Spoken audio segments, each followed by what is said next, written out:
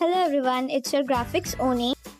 So today we are going to learn how to change a normal photo to professional photo in Photoshop. Take a new file and then create it.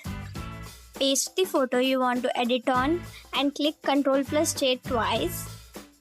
Now click on selection tool and select subject and now click on mask.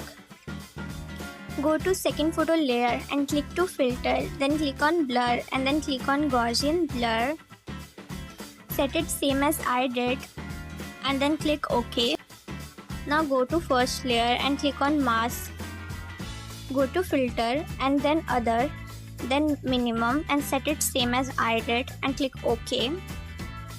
Now click on this and click on color balance, then set it same as I did.